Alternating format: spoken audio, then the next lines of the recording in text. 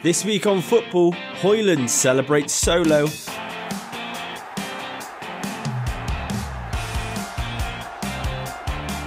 Bellingham beats Barca.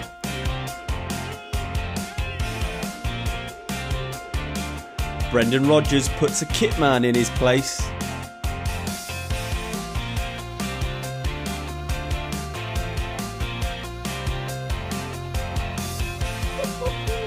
Joe Hart hits the post. Vardy tells the Baggies they're staying down. Stanisic maintains Leverkusen's unbeaten run.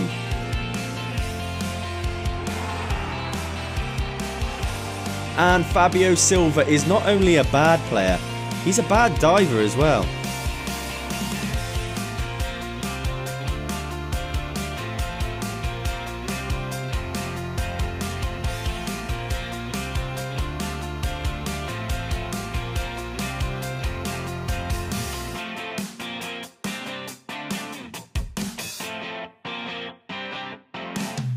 Hello everybody, welcome to this week's episode of Goalposts for Jumpers. It is me, your host Alex. I am here with your fix for weekly football nonsense, and actually to go hand in hand with that, this week I am doing an entire episode with no edits. As in, if I mess up, it's going to be in here. If I say a bad word, it's going to be in here. If I controversially say something that could get me cancelled, it's going to be in here. It's more of a test for myself, so I apologise ahead of time. But look, for the next 20-30 minutes, everything, warts and all, it's going to be in here. Coming up this week, we've got no team of the week, but I will be doing something slightly different. Wait for that. It's actually it's something I've been talking about for a while that I wanted to put in there. But that's coming up in place of team of the week. I have got a fan-captured goal of the week. I'm going to be doing a two lies and a truth as well. But firstly, let's talk about what's happened this week. It was pretty intense weekend of football, particularly if you're a Man United fan, particularly if you're a Coventry City fan. And obviously we had the Champions League in between. The last time I spoke to all of you guys was pre-Michael Chopra, and then we had the Chopra episode last week, which hopefully all of you enjoyed. If you haven't already gone and watched that, please go ahead. It's episode 78. It's Michael Chopra, the man who played for Newcastle, Sunderland, Cardiff City legend. Really controversial character, but actually what a lovely guy. Absolutely sound. And yeah, we got on really well, and he obviously hopefully enjoyed himself. And after we finished recording, he said we'll do a part 2 because there's plenty of things that we wish we could have asked him, but we didn't. So yeah, hopefully we'll get him back on in a couple of weeks' time. We have got a couple of new guests on the horizon as well, so make sure you stay tuned. If you haven't hit that subscribe button, go ahead and do it now. Why are you not subscribed? What are you doing? Hit like. That helps me as well. And if you're listening, which I know majority of you are, then if you haven't already rated our podcast on Apple or Spotify, then we'd really appreciate it if you do. It's only minor things, but marginal gains and all in this business. We're trying to get as far as we can, as quick as we can. So all of this is done for free for us, for you, and we don't have to do ad reads. We can have loads of footballers on. We can have cool guests. You could pay for me to go abroad and watch football in the summer. That's a pipe dream. We'll give it a go though. But this week was my birthday week. Yeah, I know. Happy birthday, Alex. It's class. I'm a year older and I feel old, but I went home. So the normal weekly fix of football I get was kind of disjointed. I watched plenty of golf, a little bit of football, played plenty of golf as well. I did obviously have a lovely weekend, and that was then ruined by Man United on the Sunday. It's a weird thing to go through to a cup final and still come out of it absolutely fuming. Coventry City, I mean, what a credit they were. Fair play to them. They were brilliant. And obviously it's going to be Man City in the final. It's just a bit frustrating that we have to just sit there and put up with it. We know City are going to get there, and whoever gets there, they're going to beat them anyway. So it's a bit of one of those, like United, yeah, great to be there, and we're going to fully believe that we're going to beat them on the outside, but really deep down we aren't. But it was a cracking game, and I did see a lot of United fans leaving early. don't leave a game early. When that goal went in and then was disallowed, they missed the penalty shootout. I did see a lot of Coventry City fans obviously having a great time, but upset at the end. But they did themselves proud, and I think Coventry City, a team that I've talked about them in the last couple of weeks. They have done absolutely brilliantly, and hopefully, they can be a Premier League side again. Because credit to their city, and a credit to the football club, the fans. I thought they were brilliant all game. I did, however, think to myself watching it, if it was the other way round and you're a Coventry fan, do you know what annoyed me? I was watching it and I thought, if you're a Coventry fan, all the commentary on the game was really great because it was so anti-Man United. But I did think to myself, when Lee Dixon was trying to change the rules of football mid-game, when the offside goal was kind of going, it was like a VAR decision, and then it was taking a little while. And Lee Dixon was like, oh, just give it. Hold on a minute, Lee. You don't just go, oh, give it. We'll follow the rules. Oh, look how close it is. Just give it. What are you on about? It's the rules of football. You cannot change that just because you don't like Man United. Absolutely ridiculous. Made me really angry. But I had a nice weekend, and I did, before that, up until that point, I caught up on Sunderland Till I Die. For anyone who hasn't seen this documentary, it is a documentary similar to a lot of these football documentaries out there that follow a football team, their ups and their downs. This one's a little bit different. Sunderland Till I Die, I feel like it was maybe the first one. I don't remember anything prior to that where they looked really behind the scenes of a football club. The first 2 seasons were so good. I absolutely loved them. And do you know what? The theme tune for that I can't put it in the YouTube video, which is really frustrating, but I'm going to put it on a TikTok and put it in the background. The theme tune for it is just magical. It's absolutely brilliant. But I watched that, the 3rd season, with my dad while I was home. Just a nice little insight into the fans, the club, the culture, the players. And one thing that I would say is, because of someone, I've lived there. I lived in Sunderland for 3 years. And for someone who probably, I say this to everyone, you'll all think maybe a little bit differently, but for someone who doesn't come from the area, or an area where football is everything to them, you realise how much you miss out. Like, when I was living there, every single person, man, woman, child, everything about them was Sunderland, the football club. Not just the city, it was the football club. And going and living there, where everyone lives and breathes it, it's something else. And I know Liverpool have it. I know Manchester to a certain degree as well. Newcastle, Sunderland, these places. But then you start going a little bit, probably more south, and that starts to disappear. And I think it's probably the working class culture, and that really comes across in that documentary, the Sunderland Till I Die documentary on Netflix. If you haven't seen it, go and see it. But I feel that living in Bristol, I've lived up north, I've lived down south, I've lived Midlands, I'm in Bristol now, and in Bristol, it just feels like we don't have anything here that is anywhere near the same level as what they've got in Sunderland, in Newcastle, in Manchester, Liverpool. There's the culture of sport, but it's more like a little bit of rugby, a little bit of football, a little bit kind of tentative. It's not really like all or nothing. It's a little bit, oh, did you watch the rugby the other night? Like, that doesn't exist in Sunderland. In Sunderland, it's not, did you watch the football? It's asking whoever you are on the street about the football, knowing full well they've watched it or been to the game themselves. It's just a different world. And yeah, I really feel connected to the culture as just someone living there from down south. I really loved it. And I really thought that Sunderland Till I Die documentary gives you such a good insight into what it's like.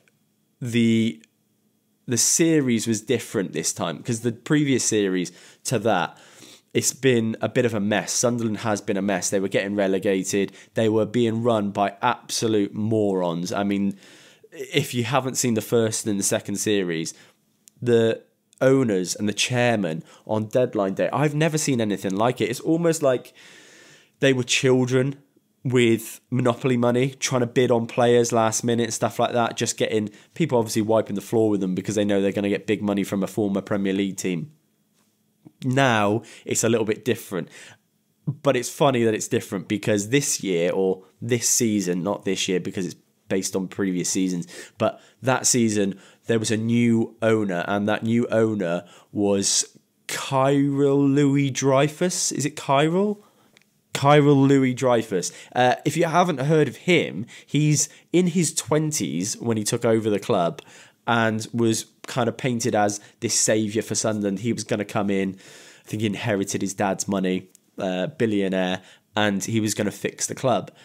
But he was in his 20s running a football club, and that is just madness to me, thinking of what I was like throughout my whole 20s.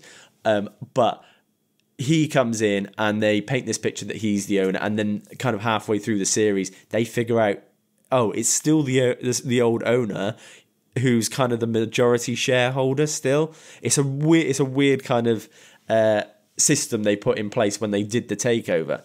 Well, throughout that season, Alex Neil takes over. Alex Neil gets the club to where they should be, into the playoffs, and eventually they win it. But what is great, the insight behind the scenes for the players' point of view. Jack Clark talking about the fact that he'd watched previous series and was worried, and that was his worry before coming in and playing for them, was he doesn't want to come into that mess again.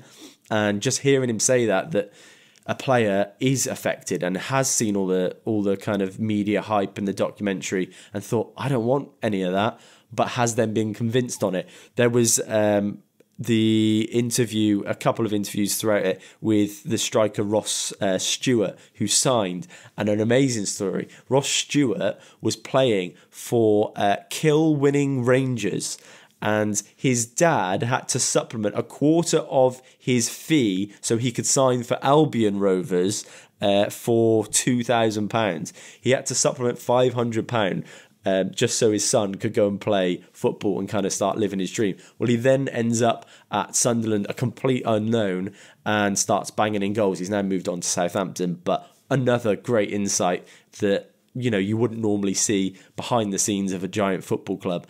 And then obviously Lyndon Gooch, for all Sunderland fans will know Lyndon Gooch had been there since I think he was 10 years old, or he was very, very young. He'd spent his whole childhood there, across from California. So he grew up and he kind of like inherited that Mackham nature, that culture, just being someone who lived in the city. His insight into the club and how he knew that pretty much it was his last chance with the club, and then he would be moving on and leaving the club that he'd been with for so long. And that was quite, you know, it was really touching, really sad to see. You know, he was a bit devastated and a bit like kind of in limbo, that he didn't know what was going to happen next. He's now moved on. I think he's at Stoke now, Lyndon Gooch. But I think the most moving part of it, which I found is quite a tough watch, there was a fan called Ian Wakes. He is one of the kind of fans that they follow along throughout the series. Desperate to see his team finally overcome their kind of Wembley hoodoo. They haven't won at Wembley for like 48 years, 50 years. And he finally got to see them win at Wembley and win that playoff final and get promoted. But sadly passed away quite soon after. But a really lovely tribute again to a man who followed the club. And again, this fan or these fans just embody everything about the club. The working class culture, and following them home and away, spending hard-earned money on the football club, and just desperate to see them succeed. And you know, for any player, and I would particularly say that and direct it at someone like some of the Chelsea players, some of the Man United players, the ones that come into the club and don't understand, and you can see they don't understand what a football club means to the fans. I think any of them watching that documentary, it might change their mind. So, yeah, I absolutely loved it. And if you haven't watched it, go ahead and watch it. Sunderland Till I Die. It's on Netflix at the moment. Something I did want to do, and I said, and I alluded to it at the start of the show, was I had been planning something. And talking of Chelsea players who need kind of a reality check, this one is a strange one. I looked previously, probably the last 20, 25 years, at the Premier League and I was trying to figure out who is the worst player to ever score double figures in the Premier League for a season, now that Nicholas Jackson has achieved that. And I think Nicholas Jackson may just be the worst player that's ever scored double figures in the Premier League. He's now hit 10 in 28 games. I compiled a list of contenders on who I think are equally, maybe even worse than Nicholas Jackson, who have managed to get 10 plus goals in the Premier League. Are you ready for this? Because there's some classic names. I'm going to go from kind of most recent to, I would say, most recent. It's going to be 25 years. It's not going to be anything past that because I didn't even watch those players and probably half of you didn't either. But starting from the top, right, Nicholas Jackson has 10 in 28 games. That's the 23-24 season. That's the current season. Last season, the worst player I felt that got double figures, Taiwo Awoniyi, got 10 in 27 games. I actually think he's a good player, but I think he's probably the worst of those seasons. Prior to that, we had Emmanuel Dennis, got 10 in 33 games. Anwar Al Ghazi got 10 in 28. Troy Deeney, 10 in 27. I actually think Troy Deeney's not a terrible footballer, but I think it's just his opinions off the pitch and the way he is off the pitch kind of, I don't know, maybe ruins the view of him. Previous to that, Ashley Barnes got 12 in 27. Glenn Murray, 13 in 38. Glenn Murray was actually all right. He was a good player. Solomon Rondon, 11 in 32. Sam Vokes, 10 in 37. Sam Vokes still going now, I think. Andre Ayew, 12 in 34. 12 goals. Saido Berahino, 14 in 38. That one season for Saido Berahino. I don't know what happened to him that season. Mambiram Diouf, 11 in 34. Nasser Chadli got 11 in 34. Adam Lafondra got 12 in the 12-13 season. Aruna Kone, 11 in 34 in the 12-13 season. We had Amir Zaki got 10 goals in the 08-09 season. Dave Kitson got 10 goals in 07-08. Marlon Harewood got 14 in 05-06. Collins John got 11 goals in 05-06. And finishing off with the Egyptian legend Mido got 11 goals 05-06. There's some belting names there. Which one do you think is the worst? I think Nicholas Jackson might be. Something actually, when I was watching the game, me and my dad were watching the game.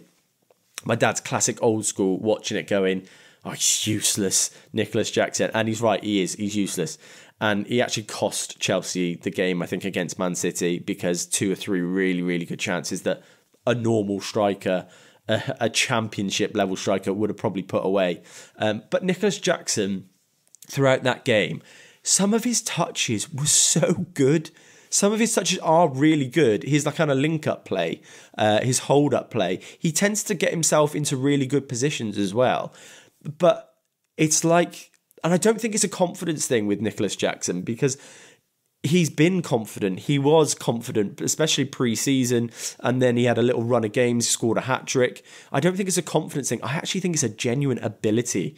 Some strikers just have it, and they're cold in front of goal. They can finish. And it's not to say Nicholas Jackson is not going to score goals. Chelsea make a lot of chances and create a lot of opportunities, but he's not the striker for them for the future. He's got a great couple of touches in him. He can run past the player. He's quick and does get into good positions. But if you're going to win the big trophies, which Chelsea obviously want to and what they're aspiring to do, the Champions Leagues, the Premier Leagues, he's not your guy, is he? But Nicholas Jackson, scoring 10 goals this season. I can't actually quite work out how he's done it, and probably scored the worst hat-trick in Premier League history. It probably beats Dirk Kuyt's, that one. Not because it was not very far out, but because he missed about 8 chances previous to that. So Nicholas Jackson, wow, 10 goals in 28 games. Will he get any more? He probably will, I honestly wouldn't be surprised. Right, let's do 2 Lies and a Truth. 2 Lies and a Truth, guys, is the part of the show where I tell you 3 crazy football stories. 2 are lies, 1 is true. You have to guess which one is the true story. Right, let's go with story number 1. Arsenal's Kai Havertz is obsessed with donkeys. The German forward stated it's his biggest passion outside of football. Story number 2. Former West Brom midfielder James Morrison was once accidentally booked at a music festival in Hay-on-Wye. The footballer was mistaken for the British singer-songwriter who shares his surname. Third story. Story number 3 is Leeds centre-back Liam Cooper confirmed he once had to be rescued by firefighters after getting his hand stuck in a vending machine. 3 stories. One of them's true. Which one is it? I'll tell you at the end of the show, which isn't too far away, by the way. Weekend treble time. Right, weekend treble has been... Honestly, it's been really good. And then, as of late, it's been a disaster. Every single week seems to be let down by 1 goal. This week, I am pretty confident it comes in. In fact, I'm guaranteed that it comes in. If you're listening to this, definitely back it, because this week we're going to turn things around. We're £20 down for the year, for the season. £10 on this one returns £39.21. The first selection is Barnsley versus Northampton over 2.5 goals. Selection number 2 is Notts County over 1.5 goals against Forest Green. And then selection number 3 is Villa versus Chelsea over 2.5 goals. 3 selections, ping them on. I'll put them there or however I put it. And if you want to back it, go for it. I'm going to back it this week. I haven't backed any of them, if I'm honest with you, because I don't really like to bet. Particularly, I try and keep off it. A fiver here and there isn't too bad.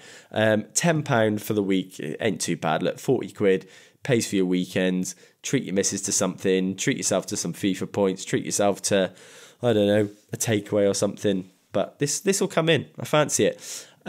What else happened this week or is happening in coming weeks? The Champions League happened, and that sets up some cracking semi-finals coming up. I think the Bayern-Arsenal game was pretty much how I expected it to play out. I said previous episodes, a couple of episodes ago, when I was watching that Bayern-Arsenal game in the background, it was just like, do you remember when Jose Mourinho said football heritage? I don't know why he's right, but he's right. And Man City got done over with the same thing. And look, people might say it's coincidence or whatever, but Real Madrid, with all this kind of football history, heritage, knocking out Man City, when City are the better team, but Madrid had something in them to get them over the line. Then Bayern knocking out Arsenal. Arsenal, by far the better team. Much better team than Bayern, particularly this season. But Bayern getting it done and getting the job done and pushing it over the line. It's something about a club that kind of, the culture, the feeling in the club, just brings these top clubs over the line. And yeah, I think I fancied Real Madrid start of the season. That would have been my tip for the Champions League. I know it sounds obvious, but I think a lot of people would have gone City. I think a lot of people would have looked at those sort of teams. Maybe Kane at Bayern they might have gone for, or PSG. Look, PSG have still got that opportunity. They're still in it. Dortmund's still in it. If I was going to put my money anywhere, it'd be Real Madrid. PSG don't have that football heritage, that Champions League heritage. And I know it's got to start somewhere, but I just don't see it in them. Because without Mbappe, they're nothing. And if you can keep him quiet, I wouldn't be overly terrified of them. Even if you're Bayern, I think Bayern can get past them. And I obviously think Real Madrid will get past them as well. Dortmund would be lovely to see them get to the final, but I don't see it. I really don't. But then I didn't think that they beat Atletico Madrid, so you never know. And then obviously, yeah, the European Cup finals and semi-finals ahead. Leverkusen unbeaten still. They keep scoring in the last minute. I don't know what Alonso's doing, but it feels like they are unbeatable. Even against West Ham, they didn't need to win. I think, what was the score? Was it 2-1? They win in the end, 1-1. But even in a game that they don't need to win, like in the league this week, they don't need to pick up the points. They've already won the league, but they come up and step up. I think Stanisic stepping up in the last minute to score and make it 1-1. It's just unbelievable. And Xabi Alonso, you could see him on the touchline going absolutely mental. this unbeaten record for the season means a lot to him. And if he can do it, it's one of the greatest achievements in sport. To go unbeaten in a season, not just in your league, but outside that, in European competitions and cup competitions, is unbelievable. So yeah, good luck to them. And I actually hope they win it now. I think Leverkusen deserve it. Some of those players, phenomenal players. And look at the likes of Granit Xhaka coming in. Florian Wirtz after a long injury. I said at the start of the season, I fancy Wirtz for a big season. Free-flowing football. Alonso likes playing, and getting a lot of goals, making attacking plays. And he's one of those, look, he's a tactical mastermind because he's a central midfielder and he used to read the game brilliantly.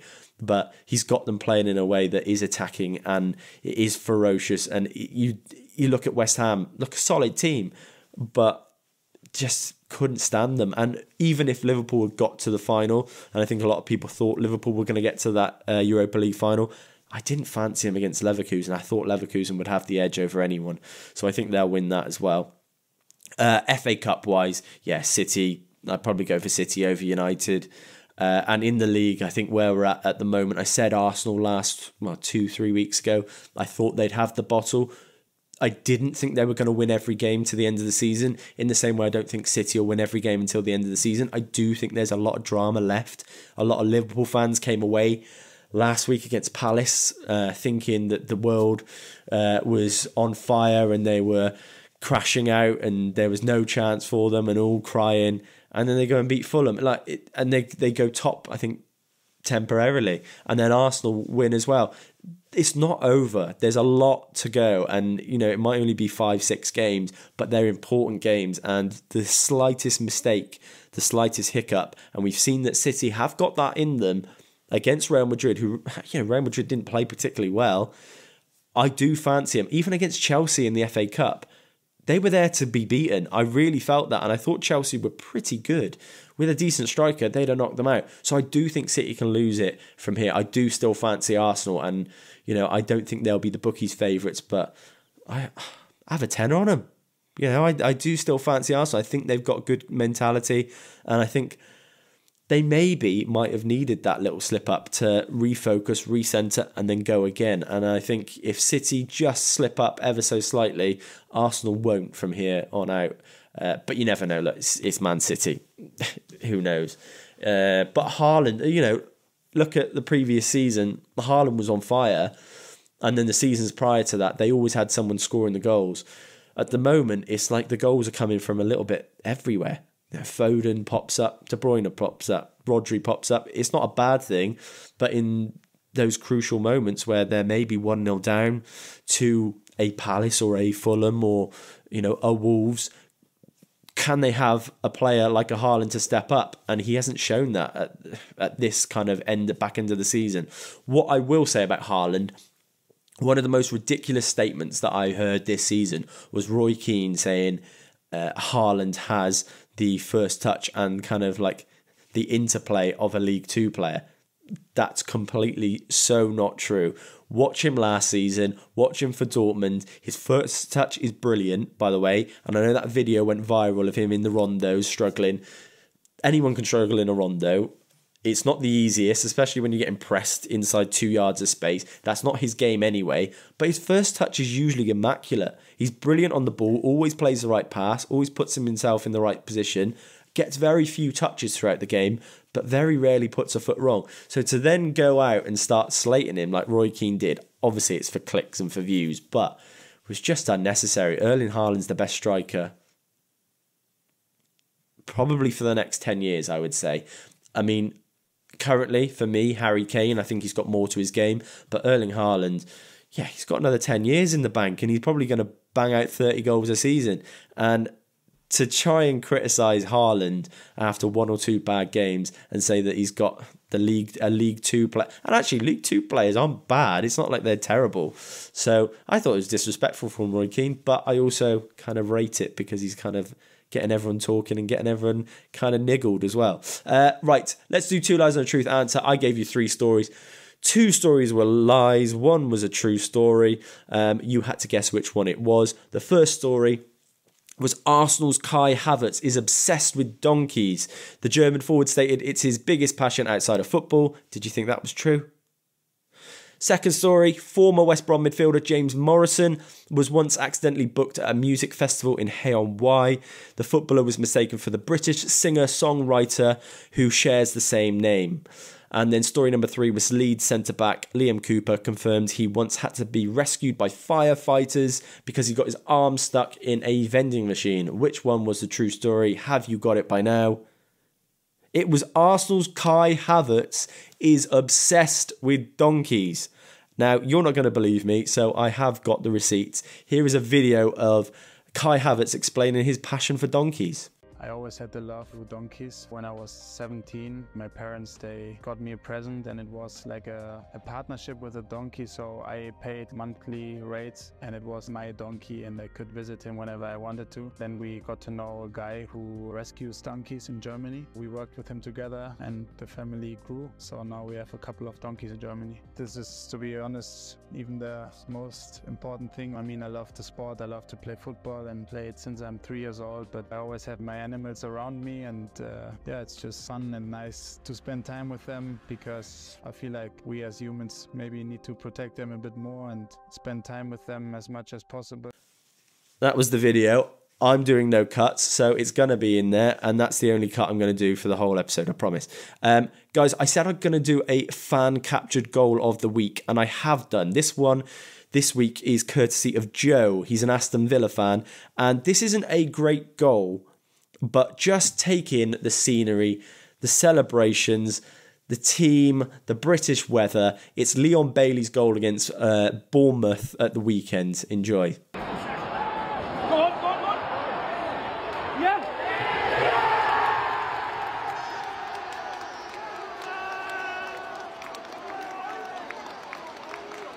There is another cut there, I know, but I had to put the clip in. But I know it was a terrible goal and it was just a little tap-in finish. But look at the sunshine. The British people getting together to go to the football and enjoy it on the very rare occasion it's sunny in this horrible, horrible country. I just absolutely loved it. And you look at there's thousands and thousands of fans. It's just a lovely, I just absolutely loved that. And I just love seeing the goals from the stands. I think it's just so much better than seeing it from TV. But yeah, absolutely love that. And I'll be bringing another one back next week as well. So make sure you stay tuned. Guys, thank you for joining me this week. I have really appreciated it once again. Hopefully you enjoyed Michael Chopra last week. Like I said, we have got a few footballers coming up as well. So yeah, some exciting people. And obviously when one comes on, then it builds and then they get in touch with someone else. And Michael Chopra's obviously helping us out in the background, trying to get us some guests on. So yeah, we absolutely love that. Big shout out to Kilimanjaro. It's his birthday today as of recording. That is our one of our favourite guests we've had, Kilimanjaro. Plenty of you listened to it. Not many of you went across and watched it. But if you haven't, go and do it. He's a lovely guy, Scottish geezer, DJ, headlined, I mean, all over the world. And also was the backup to Swedish House Mafia, Fatboy Slim, just some crazy artists. Fred again in the Boiler Room. Yeah, absolutely massive football fan, and he was the face of Man United's kit launch as well. So yeah, if you haven't already seen that, go ahead and see that. It's a couple of episodes ago. You'll see it, Kilimanjaro. But guys, again, I'll ask you if you can subscribe, hit that subscribe button. If you can like the episode, we appreciate it. We are back next week, next Wednesday, and every Wednesday until the end of the season. There it is. I did it. No slip-ups, no cock-ups. One whole episode, no edits. Thank you so much, guys. Have a great week.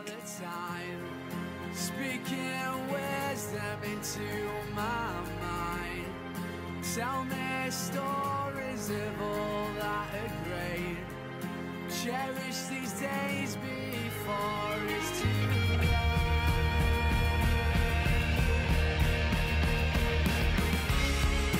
If you could turn around yourself.